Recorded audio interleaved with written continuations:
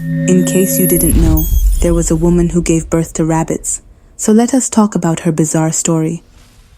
This story is part of a little series I started recently to discuss about random, sometimes weird pieces of science history that no one asked for, but I just find fascinating. So in 1726, an English woman raised eyebrows after she gave birth to rabbits. Her story was just so bizarre that even the king's physician traveled to go see her. She even got British royal family so interested in the story that they sent André and Samuel Molyneux, who was secretary to the Prince of Wales, to investigate, and these two got to see her deliver the torse of a rabbit. Saint André's accounted details of his examination of the rabbit. To check if it had breathed air, he placed a piece of its lung in water to see if it would float, which it did. Saint André then performed a medical examination on Toft, and concluded that the rabbits were indeed bred in her fallopian tubes. In the doctor's absence, Toft later that day reportedly also delivered the torso of another rabbit, which were also examined by the two. They again returned that evening to find Toft again displaying violent contractions, which prompted another further medical examination. Saint André delivered some rabbit skin, followed a few minutes later by a rabbit's head. Both men inspected the adjusted pieces of flesh and found that some of the body parts resembled that of a cat. This whole ordeal prompted the king to send his surgeon, by the name of Kyriakos Alos, to Guildford, where they were. However, on examining Mary Toft, he found that she exhibited no signs of pregnancy. He also noted that Mary would press her knees and legs together as if to prevent something from coming out, and he was suspicious. However, later, Mary gave birth to 2 other rabbits, and it was several portions of a placenta. Sadly, she fell in and was in excruciating pain, especially on the right side of her abdomen. So she was brought to London under the orders of the king and was escorted by Richard Manningham, who was a well-known obstetrician who was knighted in 1721 and the second son of Thomas Manningham, Bishop of Chichester. They examined Toft and found that the right side of her abdomen slightly enlarged. Richard Manningham also delivered what he thought was a hog's bladder, although St. André and Howard disagreed with his identification, but became suspicious as it smelled of urine. This story became so popular, and it was the it story in the newspapers. Some publications were skeptical, and some viewed it as just female gossip, but many physicians wanted to see Mary Toft from themselves. Under St. André's strict control, Toft was studied by a number of eminent physicians and surgeons, including John Mowbray. You see, Mowbray had proposed that women could give birth to a creature he named a sooterkin. He was a proponent of maternal impression, a widely held belief that conception and pregnancy could be influenced by what the mother dreamt or saw, and warned pregnant women that over-familiarity with household pets could cause their children to resemble those pets. So of course he was happy to see Mary Toft. He was pleased that her case appeared to vindicate his theories. However, man-midwife James Douglas, like Manningham, presumed that the affair was a hoax, and despite St. André's repeated invitations, kept his distance.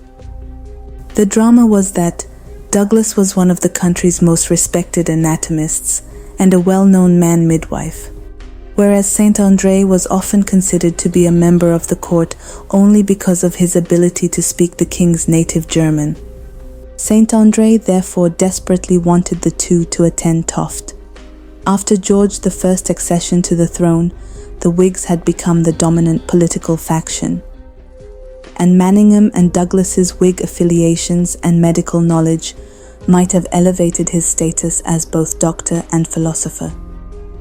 Douglas thought that a woman giving birth to rabbits was as likely as a rabbit giving birth to a human child. But despite his skepticism, he went to see her. When Manningham informed him of the suspected hog's bladder, and after he examined Toft, he refused to engage St. André on the matter. On December 4th that year, a well-known landowner and politician began an investigation of his own. He found that for that past month, Toft's husband, Joshua, had been buying young rabbits.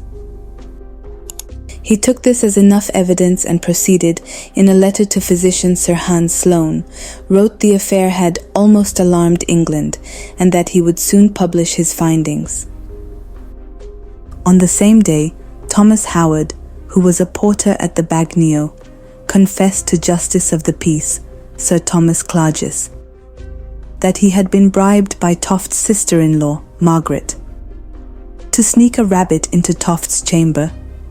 When arrested and questioned, Mary denied the accusation, while Margaret, under Douglas's interrogation, claimed that she had obtained the rabbit for eating only.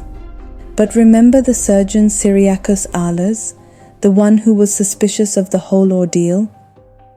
Well, he had conducted a close study on the specimen and found them to be cut by man-made instruments.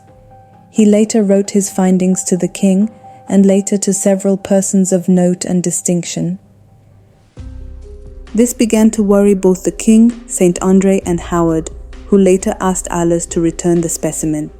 St. André even went further and collected affidavits from several witnesses, which in effect cast doubt on Ahlers' honesty, and in late November that year, gave an anatomical demonstration before the king to support Toft's story. According to his pamphlet, neither St. André nor Molyneux suspected any fraudulent activity. To find out the truth, Manningham threatened to perform a painful operation on her after 4 unsuccessful interrogations from Toft. On the first week of December that year, in front of witnesses, Mary Toft finally confessed. She revealed that after her miscarriage and while her cervix permitted access, an accomplice had inserted into her womb the claws and body of a cat and the head of a rabbit.